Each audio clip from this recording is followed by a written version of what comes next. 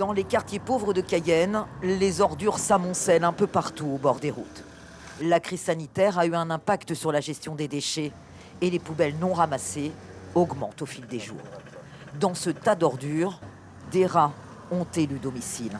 Des rats qui se sont aussi installés dans les maisons du quartier. Beaucoup de rats qui marchent pour la maison.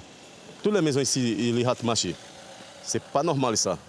Des rats qui peuvent transmettre une maladie, la leptospirose, une infection liée à une bactérie transmise par l'urine des rongeurs et qui peut être mortelle.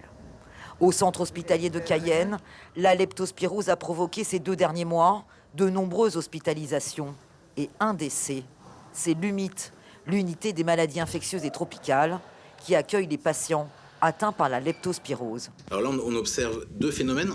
Le premier phénomène, c'est qu'on a un nombre de cas non négligeables qui sont survenus de façon groupée là, sur les 6-8 dernières semaines, ce qui n'est pas si fréquent. Là, on a vraiment des cas régulièrement associés à des formes plutôt sévères avec des atteintes importantes qui ont amené certains patients en réanimation. Et puis, il y a même eu un décès d'un patient avec une atteinte disséminée très sévère qui l'a fait partir en quelques heures. Les inondations qui ont eu lieu récemment en Guyane ont accentué la propagation de la leptospirose dans les foyers des quartiers informels.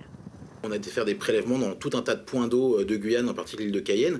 Et les leptospires, ces bactéries, elles sont présentes partout sur l'île de Cayenne, dans les points d'eau un peu insalubres. Il y en a au canal Lossa, il y en a un petit peu partout. Sauf que les gens, ils vont pas dans ces eaux-là. Et là, à l'occasion des inondations, ça déborde. Et donc, ces eaux qui sont infectées viennent au contact des gens qui marchent dedans, qui sont des plaies, la peau est macérée, et ils s'infectent comme ça.